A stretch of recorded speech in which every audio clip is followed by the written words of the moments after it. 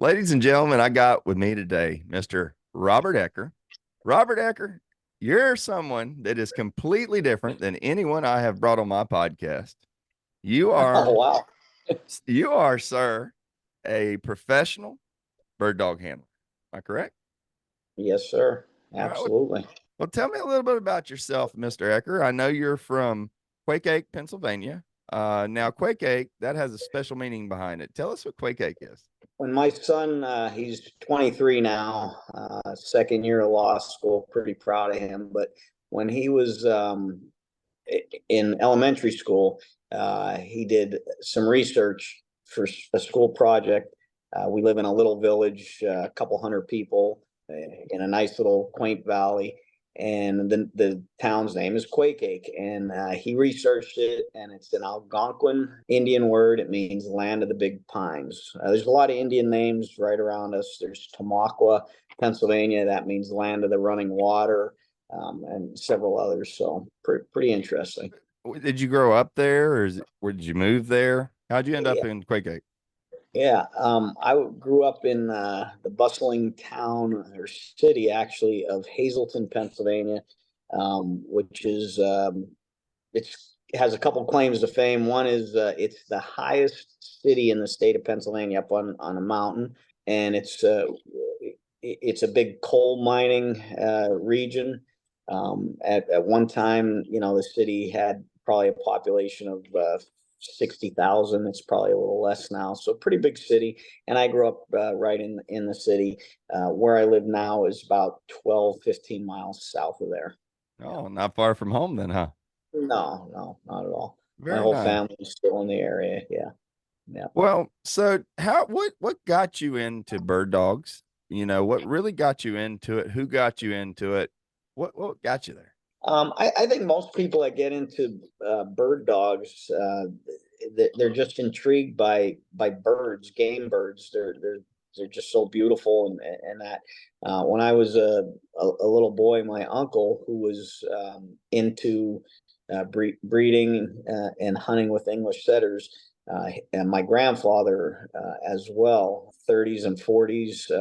They hunted when they came over from the Tyrol region of Europe. They got setters and hunted grouse and woodcock in the area. My uncle got into it after that also, and then he in turn got me started. And it all started. I was probably around 8 or 9 years old, and for a Christmas present, he gave me four, two males and two females, bob white quail. And he built a little hutch for me, and I raised them in my backyard, and that started me with a love affair with game birds, and eventually bird dogs. Yeah, It's pretty interesting. Now, what was your yeah. first bird dog? Uh, English setter. Right. My uncle gave me a setter puppy. It was a little bit older, and I was probably a little too young to manage it. And eventually, we gave it back to him. Um, Fast forward, I was I guess a junior in high school, and for some reason, just out of the blue, and I to this day don't know why, I went up to my uncle and I said I'd like to go grouse and woodcock hunting. I knew I think I had some friends were talking about it, and then the opening day was coming up. He said, "Okay, I'll take you." Long story short, we went out, my father, my uncle, myself, with his English setters. As we were hunting, out of nowhere came this dog. Someone else's dog was hunting in the area, and the dog must have ran off, heard us, came with us, and spent probably a half hour, 45 minutes hunting with us. Eventually, we got back to the parking area. We hooked up with the other hunter, gave him his dog back. And that dog was, to me, was the most beautiful thing I ever saw in my life, and I knew nothing about it. And I on the ride home, I talked to my uncle about it. It turns out it was a Gordon setter. A couple days later, he showed up at the house with a magazine with a Gordon setter on the cover. I think it was Sports Afield or Outdoor Life, one of those. And of course, in the back of the magazine was a classified ad for Gordon setter pups, and I did my homework, like in Where the Red Fern Grows. I'm sure you've seen that, where uh, he saved up his money and bought a couple of puppies. I did the exact same thing, but with Gordon setters. So my first dogs that I actually, trained and had myself were actually Gordon setters. Yeah. I am fixing to get my very first Gordon setter. Look at my mug. Hey, I tell you what, I want to tell you right off, Robert, Gordon setters are phenomenal. They are. I was just telling one of my clients and very, very dear friend, Richard Waters. I've trained, you name a pointing breed, I've trained it. I mean, just a lot of different oddball breeds, long-haired Weimaraners and all kind of Poodle. goofy breeds. My Yeah, man has trained a poodle. poodle. The smartest breed, I would have to say, is a Gordon setter. They're just super, super intelligent. And I love their disposition and their trainability. I have a male Gordon setter that we stud out. I don't I don't have time for my own dogs actually to be training and hunting them. So I gave my dog to a friend of mine, Rick Harp, down in Florida. So he actually has him, hunts with him, but we've had him collect it, and we're studying him out, and he's throwing some really nice pups. Yeah. What is it about that Gordon setter that you feel separates them from the rest? Intelligence. Brains. Like I said, they're just the smartest breed. They're super easy to train because they're so smart. They understand a lot quicker than the other breeds.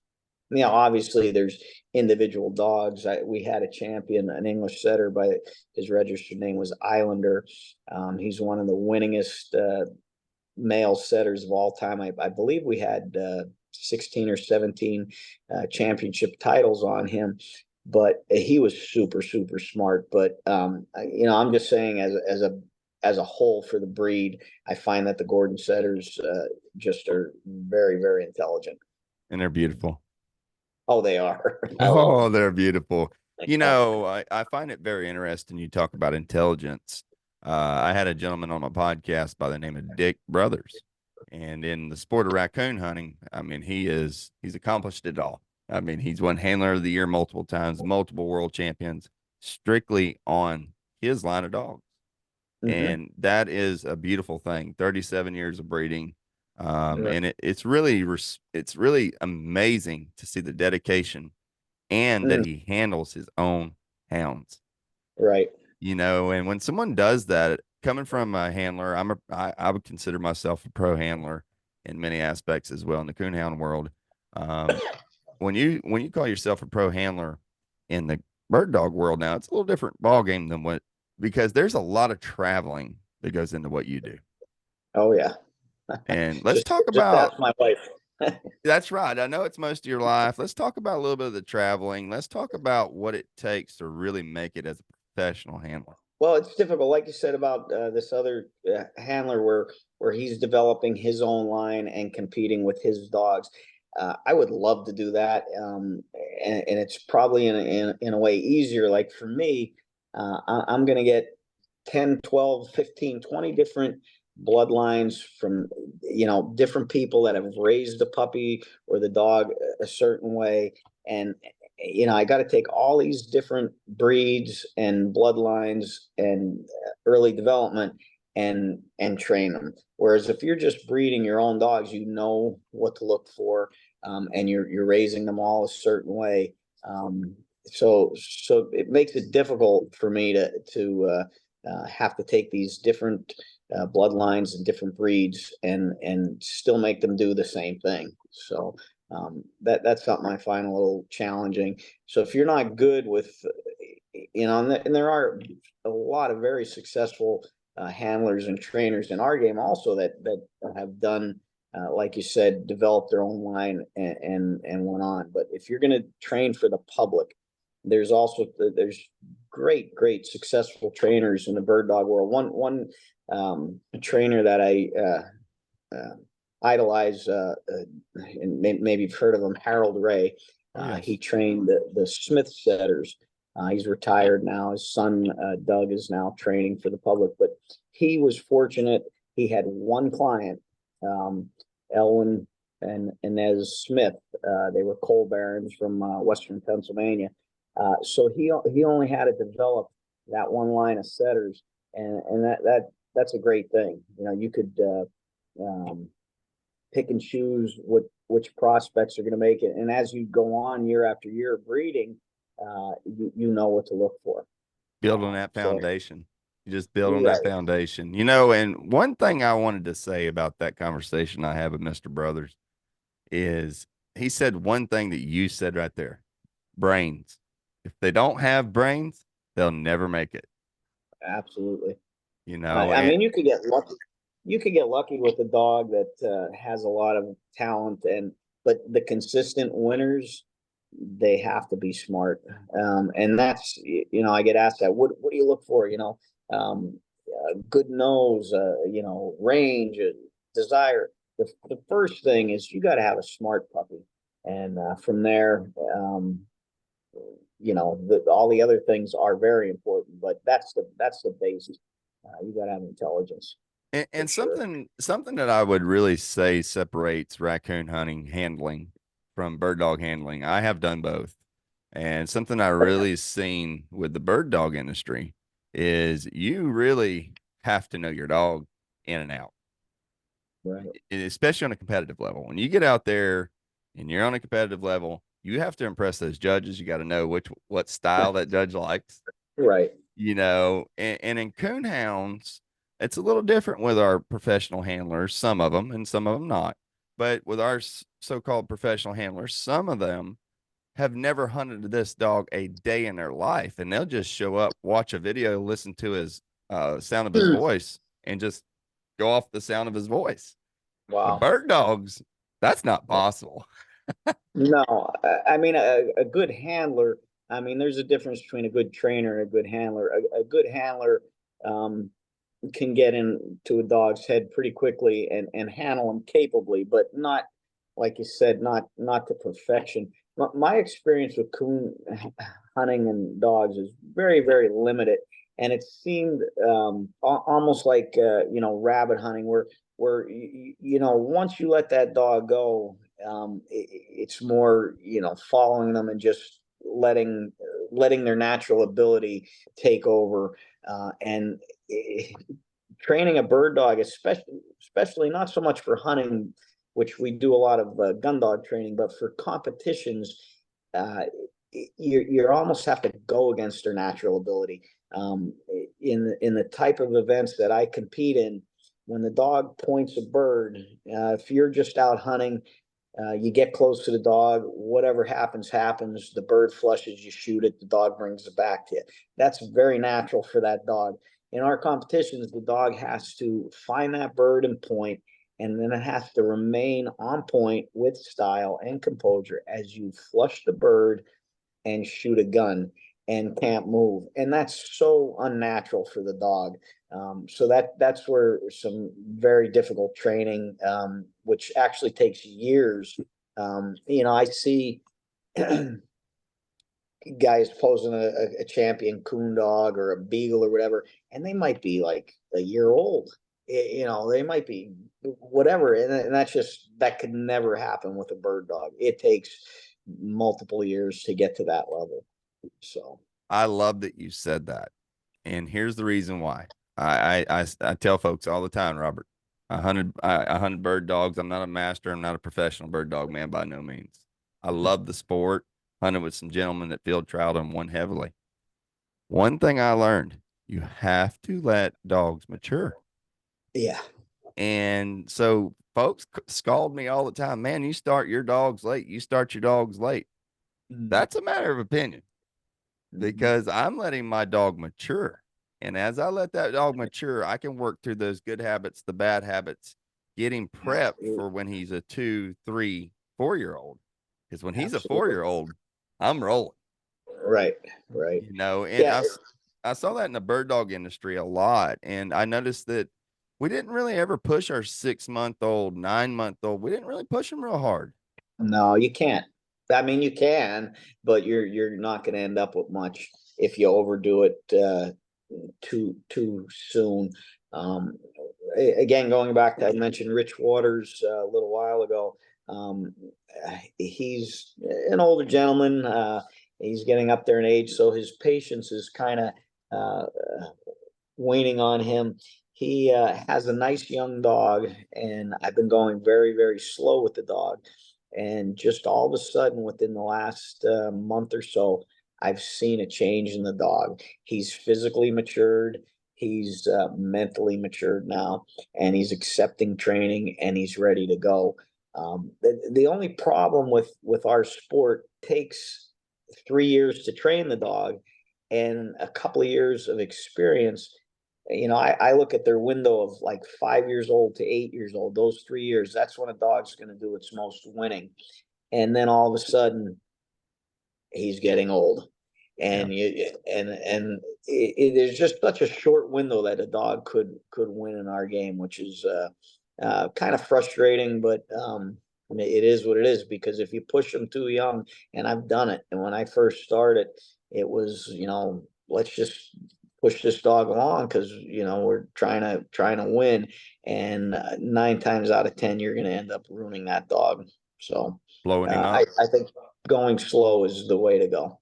I couldn't have said it any better myself. I couldn't agree with it anymore. I mean, Yeah. you really got to let dogs mature, and some dogs mature completely different than others. They're no Oh, different than definitely. humans. I mean, we all mature differently, you know. Uh, Well, some the of us still aren't mature, right? some of us still aren't, and Robert, something I find really interesting about bird dogs is the style of hunting is different as well. And when we talk about comp dogs, competition dogs, field trial dogs, and then we're talking about gun dogs, you're talking about two totally different worlds. Oh yeah. Yeah. One thing that kind of bothers me, I post a lot on Facebook with our dogs, and our dogs in the United States are completely different than dogs in Europe, bird dogs, a different style, totally. We like our dogs, our pointers and setters, all breeds with a high tail, a high head, whereas in Europe they like a dog close to the ground, the tail straight out the back, all those things. And I watch a lot of videos of dogs from Europe, and I think they're beautiful. And I always comment, bravo or excellent. But every now and then I'll get some people from Europe that totally want to trash what we do. And they don't understand that type of dog and that type of hunting doesn't exist here in the United States. We can't have a dog like that. We need a dog with a high tail where you're in a thick brush and you see that tail sticking up. And I wish people were a little more understanding of that different. What works for a guy hunting grouse in northern Maine, his dog isn't going to be suited for someone hunting, in Idaho up in the Rocky mountains. So your dog has to adapt, or you have to train your dog to whatever you want. And like you said, a gun dog versus a competition dog, they're definitely two different animals. And yet, when I'm guiding for my clients, and we go out on a hunt, I, I could take a champion out, and the dogs know the difference and adjust their range and their style and their speed of hunting to suit a foot hunter. So, and again, the smart dogs can handle that. They can do both. Yeah. But you can't take a gun dog and win a championship, but you can definitely take a champion and go hunting That's pretty with neat them. though. Yeah. That's really neat, and it's something that folks, like you said, in the European and American style, even though it's two different styles, like you said, what they don't understand, they hadn't been to Florida. Exactly. Exactly. I never forget the first time I saw a gentleman bring a long haired Brittany down here, and I went, that ain't gonna work. Right. She'll hang up in them bushes and then she ain't gonna go nowhere. Right. And that's the thing is you got to understand your terrain. Same thing when raccoon hunting.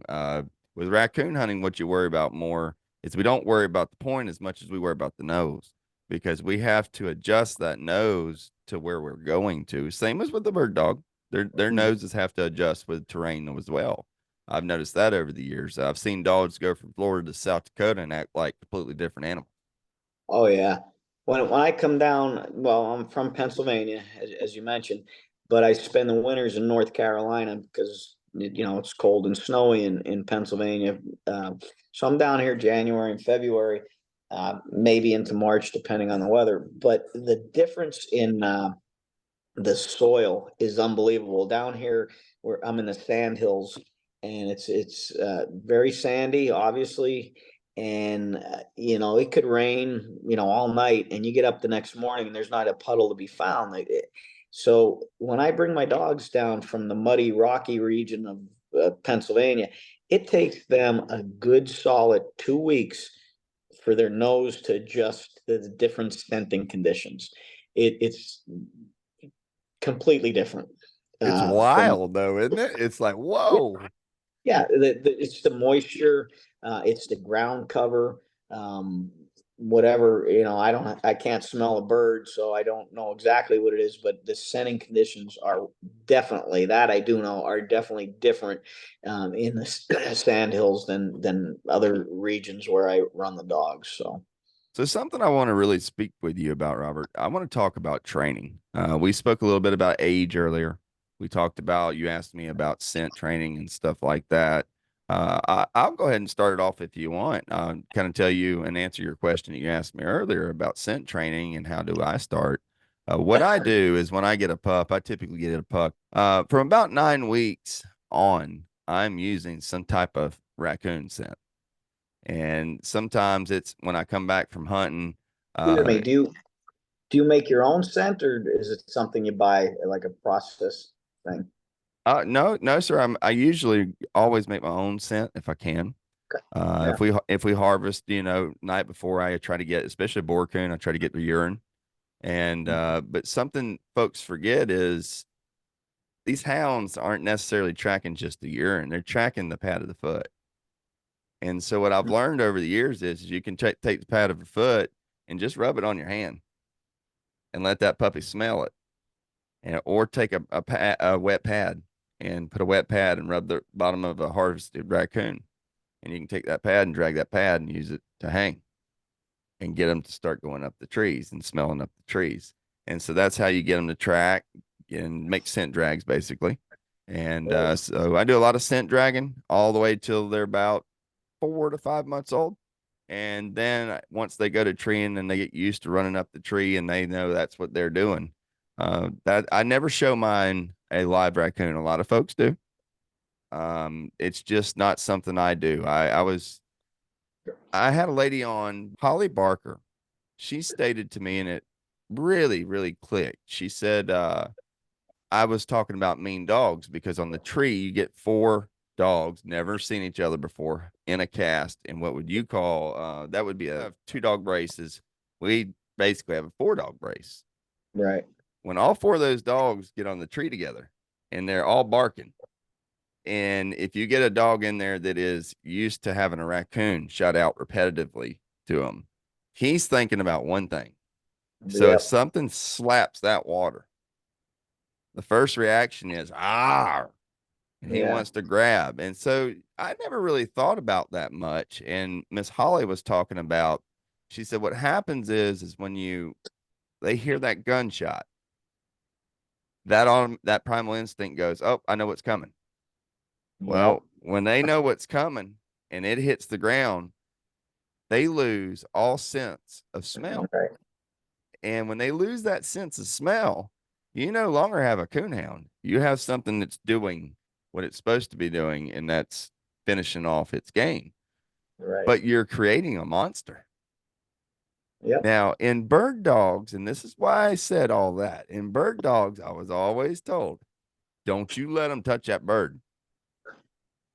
Don't you let them eat that bird. Yeah.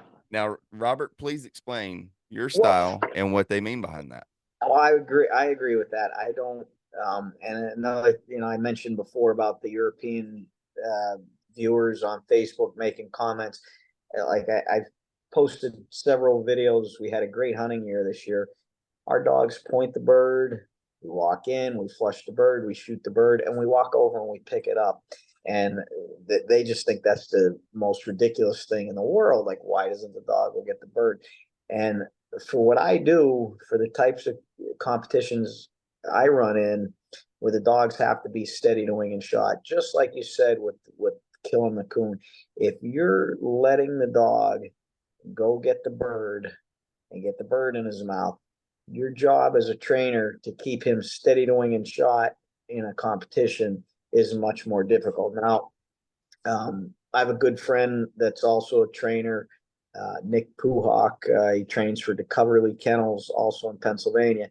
But they don't do competitions like we do. They do AKC hunt tests, which isn't really a competition. It's a test to see what level your dog's at. And their top class is a master hunter. Now, those dogs have to point the bird, remain steady to wing and shot.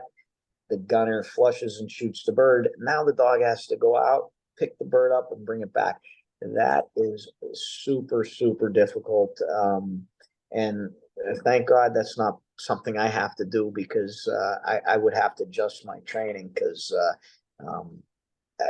it's very difficult. So for me, it just makes my life easier if the dogs don't go get the bird. Now, the gun dogs that we train, the average weekend hunter that's not interested in competition sends me a dog and he wants the dog to retrieve. What I tell them is, we're not going to make your dog steady to wing shot. We're just going to get him steady. And when the bird flies, now he can go. You shoot the bird, he'll bring it back. Most of the breeds and bloodlines that we train are just natural retrievers. I don't do anything with force breaking at all. If I have a puppy that someone wants it to retrieve, you just encourage them at a young age. The first couple birds, you shoot, play with it a little bit, bring them in on a check rope. Most of them retrieve naturally, so makes it easy for that. But they're not going to be steady wing and shot. Not the way I do it.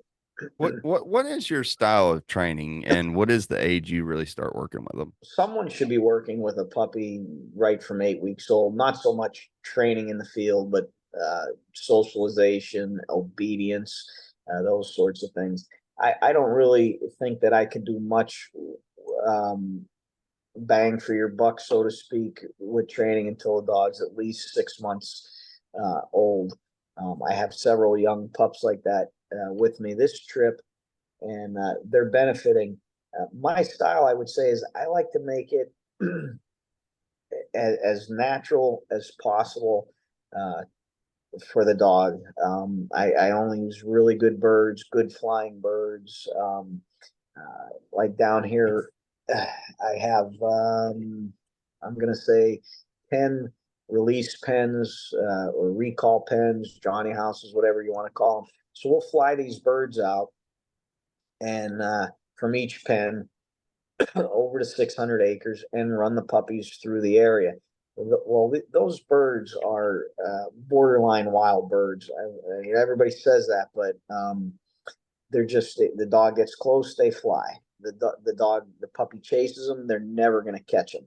They're just going to fly right out of the country. So when you put a dog in a natural situation like that, it's really easy. I mean, when my uncle and grandfather were training dogs, you just took them out in the woods, found grouse, found woodcock, and there was enough game to make the dog. And that's what I try to simulate, even though they're not all wild birds. Although my dogs see wild birds probably 8 months out of the year. So the more natural the situation, I think, and that's the way I try to do it, the better the training goes. I like that. It's very similar to what I follow. I try to let my dogs be naturals. Yeah. I take them out there. Cheddar was just a natural. There was another one I had coming up with him named Fancy, and I sold her to a good friend of mine out of Georgia named Tanner Mooney. And the first time I ever took them to the woods, now I trained them with drags and everything. They were used to smelling what a raccoon smelled like. But something was amazing about them. The first time I ever took them, they treated a raccoon by themselves, and they done it in style. And I was like, what in the world? But I took that time, just like you said, from the time they Yeah. were 9 weeks all the way through, stuck to that game plan, and then followed it all the way through till Fancy was a little over a year old, and then Tanner got her, and I continued it on with Cheddar, and he's 3 now. And I tell you, he's made a fine hound for me. That's great. Yeah. That's great. One of the big parts of bird dog training that you'll see, maybe with other trainers or books or videos, they talk a lot about yard work, uh, and it's basically obedience. They're teaching the dog to whoa. They're putting them on a bench, or they're putting them on a board, a whoa board, all the whoa posts, all these Balance different. barrels. Yeah, exactly, a barrel. And a lot of new people will come and work dogs with me, and they're really surprised that I don't do any of that. I do very little yard work with the dog. I expect when I get a young dog that it's uh, had some obedience, knows to come when it's called, that sort of thing, and it's well socialized. From there, all of that. What they do yard work, what maybe another trainer will do. And I'm not knocking anybody, because the key to training any kind of dog for whatever is developing your own system. For me, that just isn't necessary part of what I do. They're going to learn a trick I have, or a benefit of the way I do it. Maybe you've seen in some of my videos on my side by side, when we're conditioning dogs, we could put 4 dogs in harnesses and go out. Now I could work another dog out in the field, and let's say that dog goes on point. I could drive up with the side by side with those 4 other dogs, and what I like to do is maybe have they're 2 in each harness. So I'll put a well-trained, older, experienced dog with maybe a young dog next to him. Now they're harnessed together. They can't really go anywhere. So dog A is out there in the field pointing. We drive the buggy up. The experienced dog honors him and is staunch. The young dog might be moving around, but he can't go anywhere. Now all of a sudden his interest is piqued by what's going on in front. I walk out to flush the birds. He sees a covey of birds go, and now he's like, oh, and the dogs are a lot smarter than we give them credit for. I was just today, I was with Rich Waters again, older gentleman, and we were exercising these dogs. And I said to him, I said to him, what am I doing here? He said, well, you're conditioning the dogs. I said, I'm doing more than that.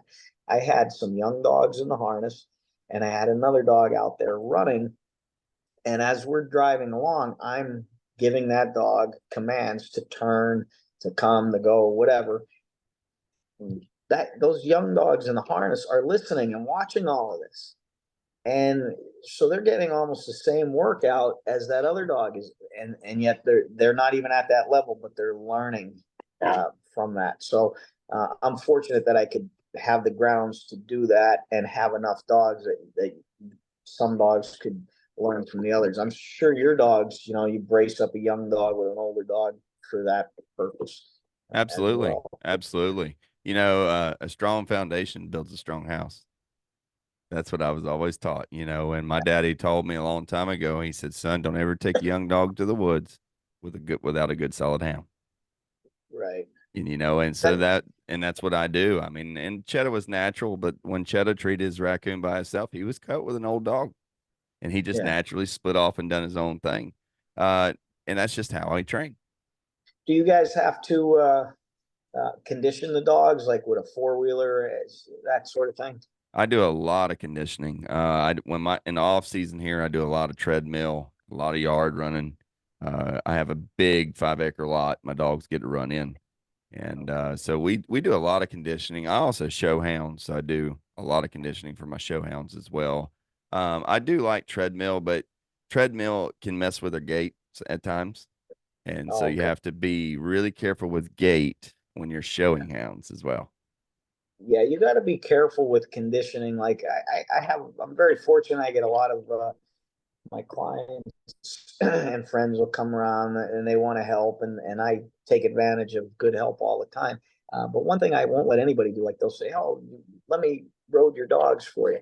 No, it's really it's something that, and I can't tell them. Like they'll say, "Well, just tell me how many miles or how fast." You have to be constantly watching those dogs, and if you're doing 4 dogs, you just it's too dangerous to let anyone else road the dogs. I'm just always watching, looking for any little thing, how far to push them. You know, they're starting to get tired, but I want to get a little extra out of them. All those little things. Who needs water? Who doesn't? Roading, I just do myself. Yeah. If I Yeah. can't road, then the dogs don't get roaded. Put it Well, that way. they have to be, whether they're coonhounds, especially bird dogs, they have to be so well conditioned and be Yeah. ready to go at all Oh, times. I feel like, no, no, I'm just saying from a bird dog, bird hunting experience that I've had, the conditioning in birds, I've seen more conditioning in bird dogs than I ever have in coonhounds. okay. I really have. I love putting a harness on a dog, hooking him to a side by side and rolling with them. Yeah. There's people that do it in the coonhound industry, but not many. Yeah. And Yeah. it's It's a big part for me, because you know, 2 things: the competitions we do, um, the championships are only 1 hour, but the judges want to see the dog at top speed for the whole entire hour. If you know, once that dog slows down a little bit or misses a beat, that's the difference between winning and losing. The other thing is, you know, to smell a bird running at top speed, you got to be in good condition, because if you're tired or the dog's mouth is open or he's not breathing right or whatever, he's not going to be able to smell. So you're going to miss birds that way. So conditioning is a big part of it. You know, not so much if I get a, a dog in for training that's just going to be a hunting dog. Um, they can pretty much get themselves in condition as the season goes on. You know, early season, run them shorter periods, and they could just build it up. Whereas for the competitions, not so much. They got to be full tilt for that whole hour. So that's why we condition them. But the real secret for me is the way the dogs learned that I'm not just conditioning. I'm not just out there roading the dogs. They're learning something as I'm doing it. and that's very All the, important. That's very yeah, important for a hound. A hound or a bird dog, it doesn't matter. I'm telling you right now, when you get them out there and you condition them, you can teach them so much while you're doing it. Uh, absolutely. we talk about recall. Recall is very important to me, and I learned that through bird dogs. I just love it, recall. And And what do you mean by recall? Is that coming so back to? coming back, coming back, Okay, and so in coonhounds we call it recall. okay. So that's what We I call do. that in the bird dogs. You would call that handling. Handling, yeah, Yeah, yeah. different term, same thing. Different Yeah, terms, same thing. Absolutely. And so when you get a dog to recall in the coonhound world, sometimes folks will look at you in the cast like, your dog will do that? And yeah, it's a big deal to me because if they get out of pocket, I'm used to going whoop, whoop, whoop, whoop, whoop, whoop, whoop. You know what I'm talking about, and giving them those yeah, warnings. And yeah. in coonhounds, we cannot give warnings. And so Okay, your dog has to go out there and have enough brains to know not to go 3 miles to tree that raccoon. right. He's got to And know, okay, that's just experience from you working them. That's it. Yeah, I, absolutely. I had a gentleman write me the other night, and it was kind of a snarky comment. He said, your dog couldn't tree a raccoon in a 20-acre lot. So, Robert, you know what I did? I went to a 20-acre lot that I've never been to a day of my life, and I got it on video. You can see it on Facebook. I cut him live, done it live on Facebook in a 20-acre lot. He went 78 yards and treated a raccoon. That's And now, awesome. so I said, well, I proved that wrong. You know, for as I'm getting older, um, the most important training aspect of a dog in competitions for me is a dog that handles or recalls. Not so much when I was younger and was able to, run up and down hills and chase after dogs and whatever. But now I want a dog that really handles, because the bottom line is, you could have a dog with any kind of trait, a little flaw, a little fault, a mistake here, a mistake there. You could still end up winning. The one thing you can't win with is a dog that you lose. If the dog's gone, that's it. So I like to really work on a dog's handle, and make sure that that's drilled into their brain. Come around, That's recall. right. And using that handling aspect of it, I've taught this hound to where he knows if he hits that 20-acre lot and he hits a field, he knows to stop at that field and go back in those trees. Hmm. And that's the key behind the handling I've put behind this hound. And what I'm trying to explain, not only to you, but for those that are interested in coon hounds as well, maybe from your aspect, that's Yeah, something I really focus on. I don't want my hound to ever be in the open unless that raccoon ran across there. right, Ever. right. I want him to be in the woods where the raccoons are. Right. You want him, we would say you'd want him in the cover. Yes. And that's important too. You don't want a dog spending a bird dog, you're hunting quail and you're in a bean field. Well, you don't want him out in the middle of the cut bean field. There's no birds there. You want him on the edge, or, in the rough, whatever. Same thing. You want that dog using the cover to his advantage. You don't want him wasting time in birdless cover for sure. Pretty neat how Yeah. it's similar though, isn't it? Yeah, oh yeah, Yeah. definitely. Yeah, absolutely. Was probably about 25, maybe even longer, maybe 30 years ago. I spent a winter at a guy's plantation near Clinton, North Carolina. And he was having trouble. Well, we had several quail pens, and the coons were just uh, getting into them all the time. So he knew some coon hunters that were going to come over, and they came over, and I asked if I could go with them. And before they went to the farm, to this farm, they said, "Oh, we're going such and such place." So I went with them, and off through the woods in the middle of the night we went. And they somehow they got on a track and they treed the coon, but the coon jumped to another tree or whatever, and they lost it. And this went on. This was pretty long, and got back to the truck, and I said, "Well, why don't we go over to the farm there?" I said, "There's got to be a lot of them there." And it was amazing. Like seemed like every 10 minutes they'd cut the dogs loose, boom, coon, shoot it, cut them loose, boom. The place was just loaded with them, and that was really fun. The first part just probably wasn't so much fun for me because there wasn't a lot of action. But the second part, when we got into a lot of coons, that was really exciting. Yeah, to You hear know, those dogs on the tree, yow, yow, yow, yow, yow. It's so neat. and this might sound bad, but I really enjoyed, the end game. Like a lot of guys will get to my age and they're like, "Well, I go hunting. I don't care if I shoot any birds or whatever." That's not me. I like to hunt, and I like the end part of it. Putting game Well, in the bag. I like putting game in the bag, and there's a lot of folks locally here that I give them to. I mean, when I harvest them, I got places for them to go. Now, can you eat them? Do you eat Yeah, them? yes, sir. I got a lot of folks that I donate them to. And they'll eat them. Yeah, they love them. Absolutely. Yes, sir. They make a stew out of them usually. Too. Okay. All right. So, something I would love to know about when we talk about your style handling, I would like to know what is your style handling?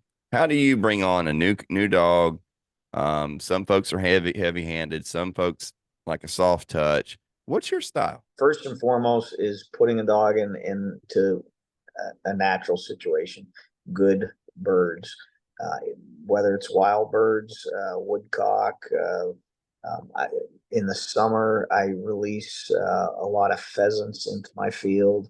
Um, Throughout the hunting season and the training season, migratory season for woodcock.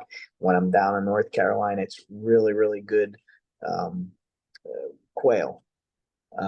From there, I would probably say I'm an e-collar guy. I use the e-collar a lot, and not so much to correct and come down on a dog.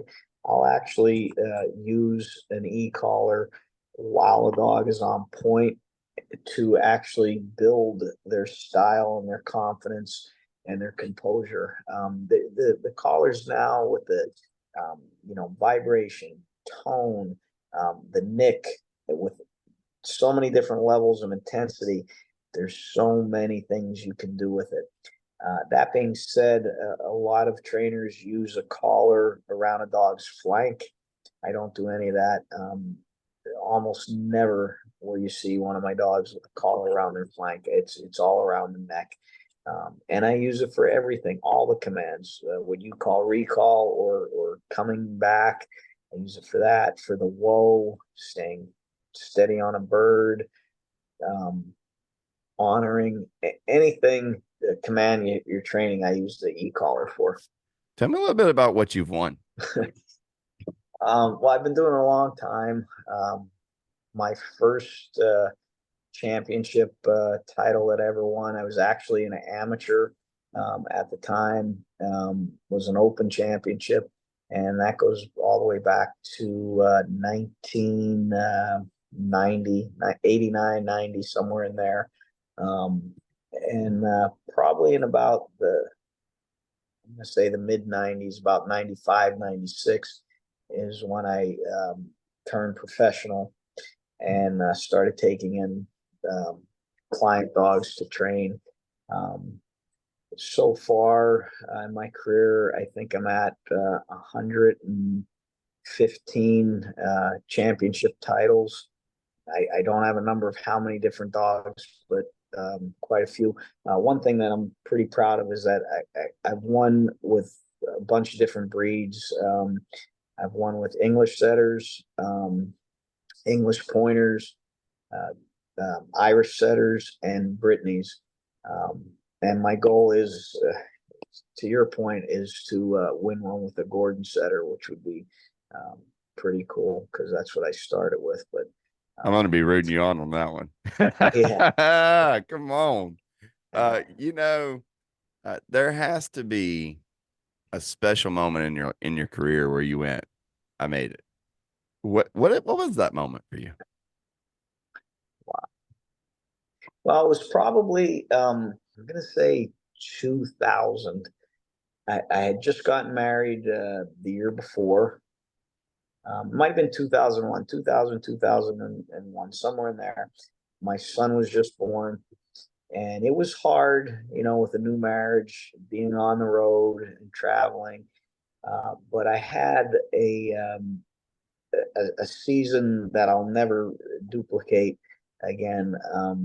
We started off, I won the Northeast Woodcock Championship in Rhode Island. And from there, I went out to Wisconsin and I won the Wisconsin Woodcock Championship. And then I went to Michigan and I won the Lake States Grouse Championship, the Grand National Grouse and Woodcock Futurity, and then came back to Pennsylvania for the Pennsylvania Grouse Championship, which is a prestigious event. And I won that. And there were that particular trial, there were 98 dogs in it. It's just, there's only ever been one other cover dog title with more dogs, and that was the year before. There were 99 dogs, so it's a really big trial.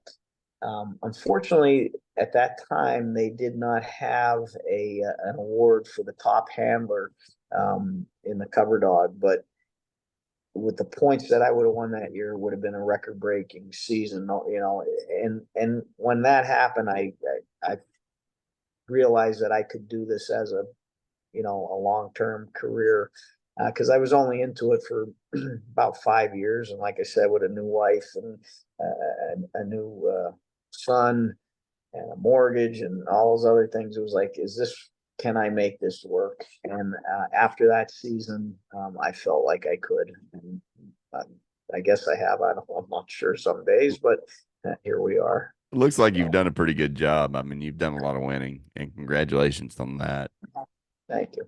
I mean, really, And I mean, that's really important to me, to win. But um, what I'm most proud of is you know the um, the people that I get into the sport, the relationships I grow with my clients, becoming friends, and the 115 championships. I can't even tell you, probably thousands of hunting dogs that I've trained for people that I'll get a call or a letter or a text message saying, hey, Snoopy did a great job this season and we killed 10 pheasants over, those types of things are very satisfying.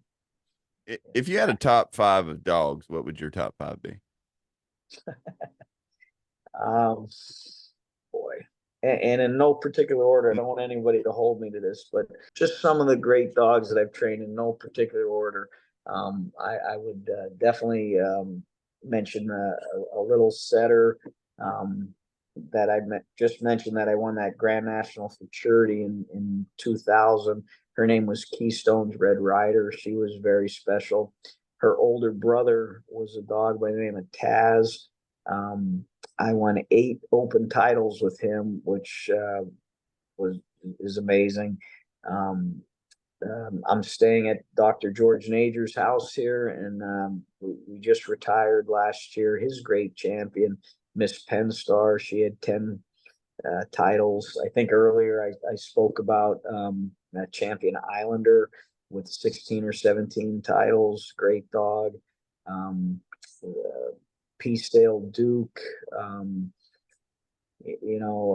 I have some great setters now, but they're in their career, so it's hard to it's like when people talk about LeBron James and Michael Jordan, that LeBron's still playing, so you have to wait and see how everything shakes out. And they're Some all of the different. They're all so much different. yeah, yeah. Some of my pointer owners are going to get on me because all I did was name setters. Rich Waters, I've mentioned him 3 or 4 times already in this talk. He's had some great pointers, and he's had national champion Bull Pineywood. That was we're still running him. He's kind of at the end of his career, but he was a great dog for sure. I had mentioned off camera, we spoke about my friend Antonio Dottolo from Long Island. He had the first pointer I ever won with was a dog by the name of Concord Mike. And he was a great pointer. Just last year, I won the national championship with Glossalon War Paint, Jamie Nee's pointer. Anytime you win a national title, that dog's got to be in the conversation for the best of the best. Irish setters, I had a female, her name was Celtic's First Strike. I won a championship with her against pointers and setters, which is pretty rare to do. So she was definitely the best Irish setter, I can say that I ever trained. Currently, I have 2 little Brittany females that are both champions. Ivy's Whiskey in a Teacup and Bruno's Piney Rum Pearl. So those 2 would be the best 2 Brittany's that I've ever trained. I'm sure I missed a lot of really great pointers and setters, but it's hard, to pick the best of all these great dogs. It really is. Well, especially someone like you that you've handled so many great ones. I mean, you really have. Yeah. And I mean that's got to be. I bet you kind of think about it every now and again and go, "Whoa, man!" You Yeah, but know, what I fantasize about sometimes is like if I could, I have a topper on my truck. I go to a trial. I have 10 holes. If I could put 10 of the greatest dogs I've ever had in their prime in those 10 holes, how easy my life would be. yeah, One of yeah. them's going to beat you, but it's almost like what I do or what other trainers do. It's almost like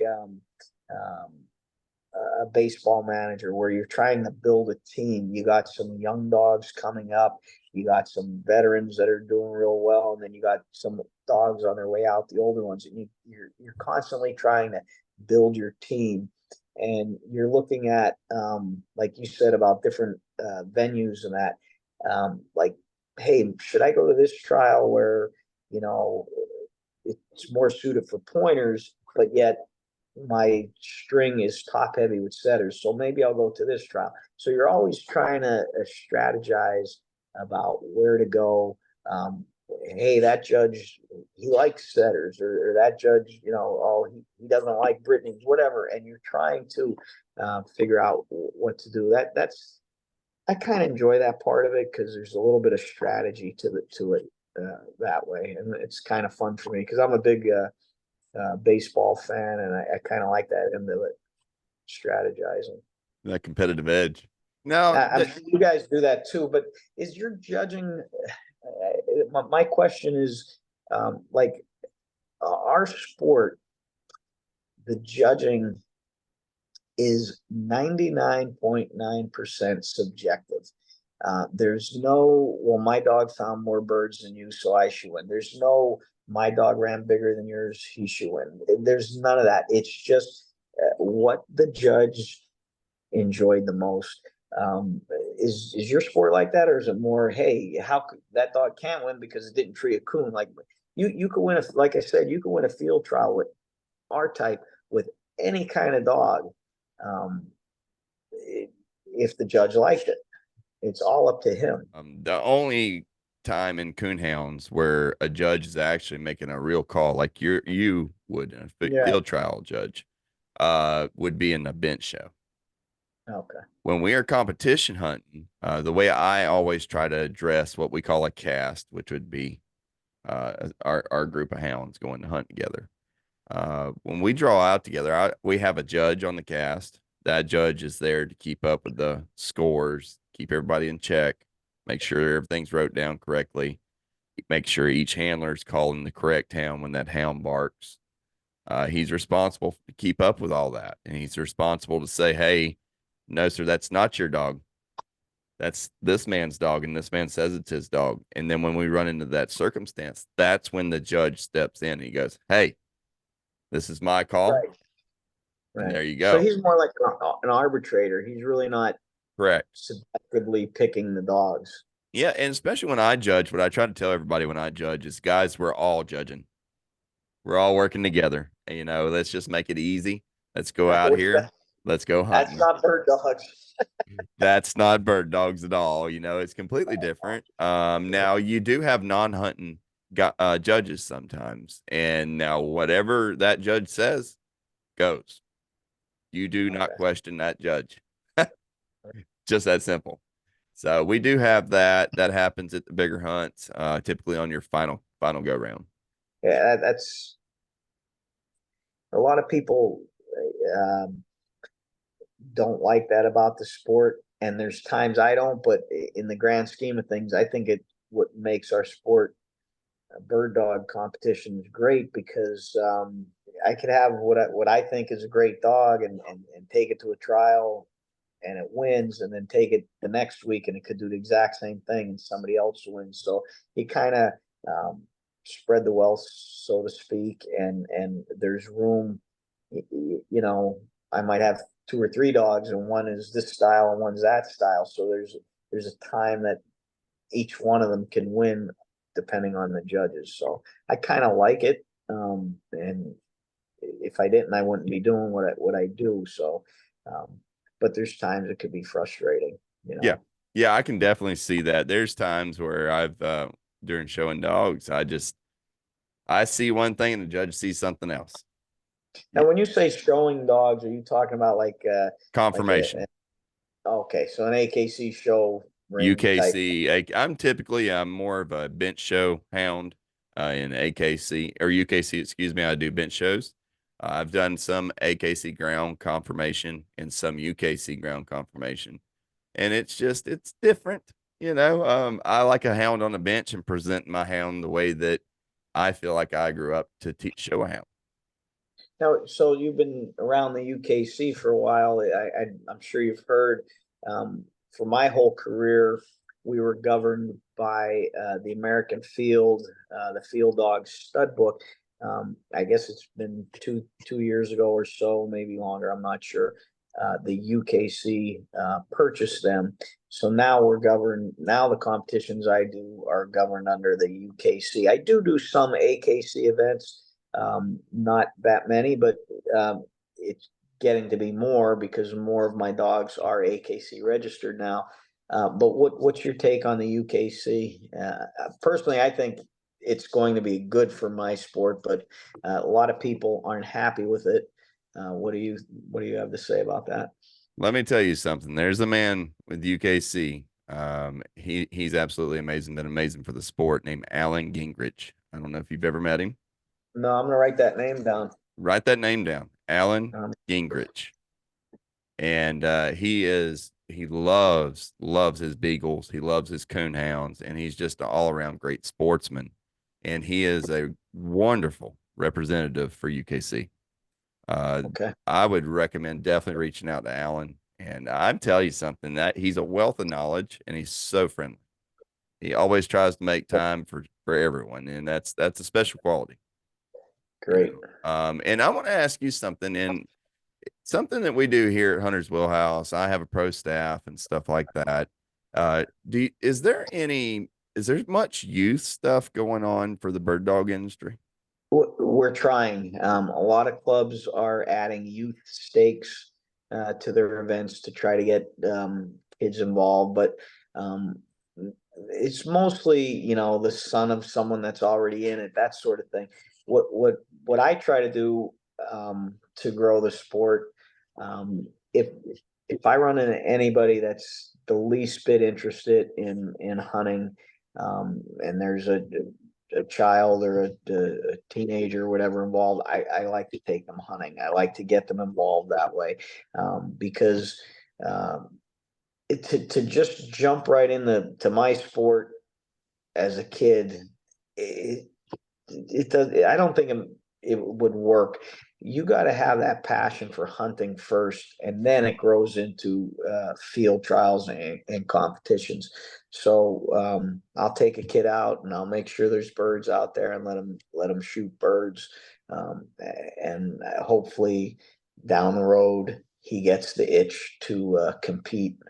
And every summer, at my kennel in Pennsylvania, I'll, hire a high school kid or whatever to help out around the kennel and try to uh, get them hooked on it that way. So I think it's just like everybody says, take a kid hunting. That's where the sports that we like, whether it's beagles, coonhounds, whatever. I think that's where the future is, by getting kids out in the field hunting. I couldn't agree So more. Most of my pro yeah. staff, Will Nance out of Oklahoma, he's 11 years old. This kid Wow. has won everywhere in the country. I mean, he's won, I think, over $15,000 with his hound. Wow. He's won in different states all across the country. We have multiple that show hounds as well, and then some that do both. I mean, Jordan Brooks and Jake is his name, Jake Brooks. Jake is on my pro staff as well. So is Jordan. And they are just amazing out there kicking butt, winning. And it's so cool to see these youth out there doing something that That I is grew up that doing. that's awesome. Yeah. Um, Forgive my lack of knowledge, but what is a pro staff and what does that entail? Because I really don't So I don't know. basically what I the hear that term, but I don't know what it means. So basically what the pro staff entails is pushing what we believe in. So if it's basically a product that I have on my shirt or something that I am pushing, my pro staff goes out there, we push those products, and they also get compensated for doing that as well. And so it's a very interesting program that we've set up, and we got some big announcements coming up here in about 2 weeks. I can't leak Wow. them yet, but I would definitely like to reach my hand out to you and invite you to come on to my pro staff as well, um, and have you on board as my first and only Bird Dog Man. I'm in. All right. And so basically what it That was easy. entails, you something, Robert, the reason why I reached out to you, I saw your videos. And when I saw your videos, my dad's a big avid bird hunter and he loved it for years. And now we just coon hunt, but my mom loves it. I love it. And I sat there and I watched your videos and I said, this guy loves it. I do. He loves it. I mean, I can tell when, and I can see it. You can see it when someone loves it. And and as I'm talking, ladies and gentlemen, and as I'm talking to Robert here, I really want you to take time out of your day to go to Robert Ecker on Facebook and please watch some of his footage. It is absolutely stunning what he does with his dogs. And it would be an honor to have you on my pro staff. And we'll discuss some really cool details when we get off that I can't say on air. I'm excited. Thank you. Thank you very much. Well, it'd be an honor. And our main goal is getting the youth involved. You know, let's do what we can and let's raise the youth power out here and let's get them in the woods. Yep, absolutely. You know? And folks like you that are out there with an art, and like I said off stream to you, I think what you do is an art. And when you have an art like that and you can share it with the world like you are currently doing, that is a mentor, sir. That is someone that people need to look at and study and watch. I'm like, man, this guy's for real. You're for real. I love when we get out and have a good hunt and you know, get some great footage. I mean, that excites me more than anything. Like you know, winning a trial or something. I'm just as happy when I catch a woodcock over, you know, with the dog in the frame and the hunter shoots the bird. I'm like, wow, that's great. Well, and what really catches me is I can see you having a good time.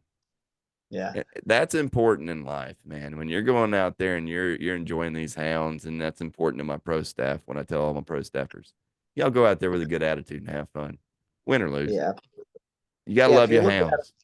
If you look at it like a job, it becomes a job. If you know, if it's a passion. If I worked at, you know, Walmart or whatever, and had time off, I'd be doing what I do every day. I'd be out there running dogs, hunting, training. So I'm very fortunate. So I try to treat it like that. Like, you know, there are a lot of stressful things, like, you know, when you're training and, you know, running a business and that, but I keep myself focused that, hey, wait a minute, you're getting paid to do this. So this little blip here, it's not that important. It's not. You got to move on and keep on going. Yeah. I want to do this. Well, and I want you to keep on doing it because you're very special at what you do, and you're very talented, sir. Very talented. Thanks. It's an honor to watch you. You and my mother are the only ones that think that, but well, and what's your mom's name? Grace. Grace. Well, tell Miss Grace. Jason Hunter, nice to meet you. But I'm gonna tell you something, folks. Robert Ecker, Midnight Kennels. Y'all go check him out. This man has some amazing footage of his bird dogs. Mr. Ecker, thank you so much. I know I'm not supposed to call you Mr., but I'm sorry. It's the way I was raised. It was an honor to have you on. It really was. It was an honor. It was a big pleasure and a huge honor to be on your show. So thank you very much for having us. Well, it dang sure means a lot to my community as well. I can promise you that. So we'll sign off on that. Stay tuned, folks. We got a whole lot more coming from Hunters Wheelhouse, and we got some monster announcements. Anything else you'd like to say, Mr. Ecker? Just thank you and keep up the great work. And I'm looking forward to hearing your big announcements. Absolutely. All right, my friend. We'll talk soon. Take care. Thank you for tuning in to the latest episode of Hunters Wheelhouse. We are excited to share that we have a community of over 7,500 followers just on Facebook, all within a span of 7 months. We have some exhilarating announcements on the horizon that I promise will captivate your interest. To ensure you stay up to date, we kindly ask that you continue your support by liking, following, and sharing our updates. Stay connected for more exciting adventures. Thank you. I'm your host, Jason Wayne Hunter.